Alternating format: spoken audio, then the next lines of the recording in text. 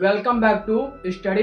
सिर्फ और सिर्फ 45 दिन मात्र बचे हैं बाबू आपकी बोर्ड परीक्षा 2026 के लिए। इसलिए फुल फोकस और एनर्जी के साथ पढ़ाई में लग जाओ। जो भी दिक्कत, जो भी इशू किसी भी विषय या सब्जेक्ट से आ रहा बाबू तुरंत पूछ लो, लेकिन पढ़ाई से पीछे मत हटो। आज हम पढ़ेंगे बाबू 10 महत्वपूर्ण प्रश्न। आपका जो चैप्टर है भूगोल, क्या नाम है उसका, वन्य एवं वन्य जीव संसाधन, उसी के 10 मोस्ट इम्पोर्टेंट प्रश्न देखेंगे जो लगातार 10 या 12 साल से बोर्ड में पूछ रहे हैं। इसलिए फोकस के साथ बैठ जाओ और इनका नोट्स बना लो बाबू और रट लो, क्योंकि ये 2026 बोर्ड में भी आ सकते हैं और इनका चांस 100% है बाबू, क्योंकि लगातार 10 या 12 साल से पूछ रहे हैं। तो चलो शुरू करते हैं। पहला प्रश्न है वन्य जीव संसाधन क्या है।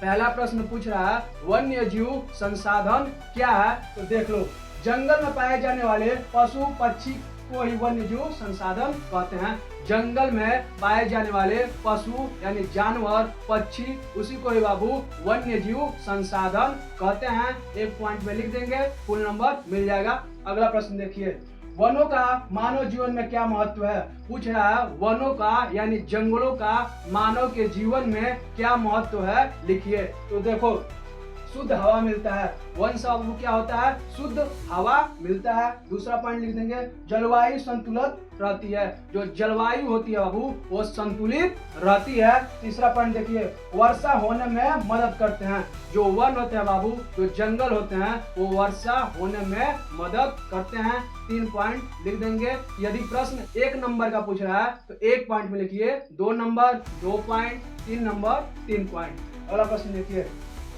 भारत में वनों के विनाश के 2 कारण लिखिए। क्या पूछ रहा है, भारत में वनों के विनाश के 2 कारण लिखिए। तो देख लीजिए, खेती का विस्तार, यानी भारत में जंगल क्यों काटे जा रहे हैं। तो पहला हो गया बाबू खेती का विस्तार, यानी लोग जंगलों को काटकर उस पर खेती कर रहे हैं। दूसरा, उद्योगों का विकास, दूसरा लिख देंगे बाबू, यानी उस पर फैक्ट्रिया बनाई जा रही है जंगलों को काटकर। अगला प्रश्न देखिए, जैव विविधता क्या है। क्या पूछ रहा है, जैव विविधता क्या है। देख लीजिए, जब विभिन्न प्रकार के पौधों और जीव जंतु का मिलना ही जैव विविधता कहलाता है। विभिन्न प्रकार के जीव जंतु और पौधों का मिलना ही बाबू जैव विविधता कहलाता है।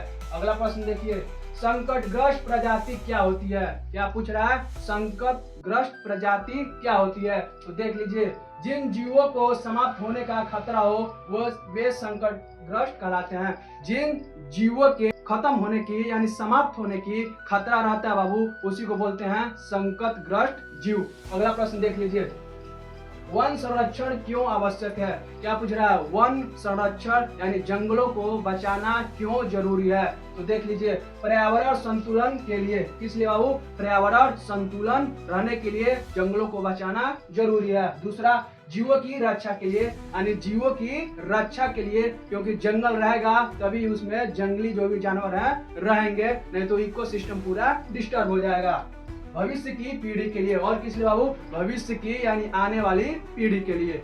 अगला प्रश्न देखिए, वन्य जीव संरक्षण के 2 उपाय लिखिए। क्या पूछ रहा है, वन्य जीव संरक्षण यानी जंगलों को कैसे बचाएंगे, उसी के 2 उपाय लिखिए। तो लिख देंगे, पहला, अवैध शिकार रोककर। क्या वो, पहले अवैध शिकार को रोककर जो जंगली जानवर है उनको हम बचा सकते हैं। दूसरा, राष्ट्रीय उद्यान बनाकर, दूसरा क्या बाबू, राष्ट्रीय उद्यान बनाकर। अगला प्रश्न देखिए, राष्ट्रीय उद्यान क्या है। क्या पूछ रहा है, राष्ट्रीय उद्यान क्या है। तो देख लीजिए, जहां वन्य जीवों की सरकारी संरक्षण में रक्षा की जाती है उसी को बोलते हैं बाबू राष्ट्रीय उद्यान। जहां जंगल में रहने वाले जानवरों को सरकार द्वारा रक्षा प्रदान की जाती है उसी को बोलते हैं बाबू राष्ट्रीय उद्यान। कैसे सरकार रक्षा करेगी, तो जंगली जानवर के लिए पार्क, नेशनल पार्क बनाकर उसकी रक्षा करेगी। नवा प्रश्न देखिए, भारत में वन्य जीव की कमी के 2 कारण लिखिए। क्या पूछ रहा है, भारत में वन्य जीव के कमी के 2 कारण लिखिए। पहला लिख देंगे, अवैध शिकार, यानी शिकार क्या हो रहा है, अवैध तरीके से हो रहा है जिससे जंगली जानवर मारे जा रहे हैं। दूसरा, वनों की कटाई। दूसरा ये हो रहा है बाबू कि जंगलों की कटाई हो रहा है जिससे जंगली जानवरों के रहने के लिए स्थान नहीं बच रहा है।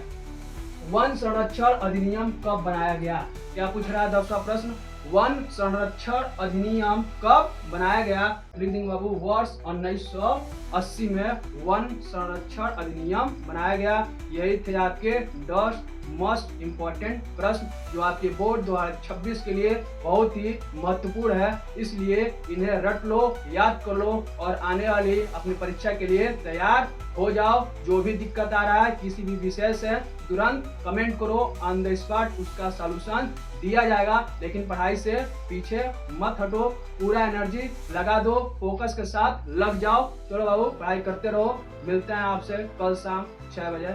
धन्यवाद।